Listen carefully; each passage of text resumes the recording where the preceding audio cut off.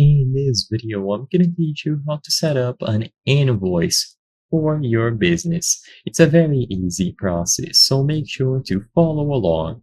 In this video, I'm going to go over the general steps for you to make a proper invoice for a business. Setting up professional invoices is a crucial part of managing your business's cash flow and maintaining accurate records. So first, choose your method. You have a few options when you want to create and manage your invoices. You can use specific software or accounting tools. So these are programs usually developed for a PC that will make it the most efficient way possible. So these tools provide templates, unique numbering, and automatic tracking and reminders. You can consider using a template.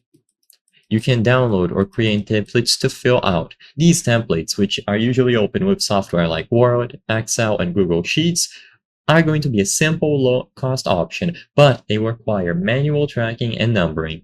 And finally, you can create one from scratch. You can design your own document. This will give you full control over the design, but it is the most time-consuming to set up initially. So the software approach will be the easiest because the software will do everything for you. However, it might be paid software and you will need a monthly subscription. The template will speed up the process significantly, but you will still have to open up the software, input the template, and then fill out all of the necessary details. And it might not be the best looking. And if you make one from scratch, you have to include all of the details. The top of your invoice must clearly identify who the invoice is from and to, along with critical detail information. So as you can see here, you will include the document title, your business details, the client or customer details, the invoice number, the dates, and an optional reference number, alongside the description of everything that is included. So the last step is to create an itemized list of goods and services. So the item or service description, the quantity, the unit price, and the line total.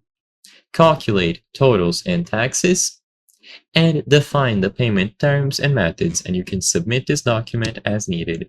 So I hope I was able to help you. If this video helped you, consider subscribing. As you can see, according to our channel metrics, 83% of the people watching our videos are not subscribed.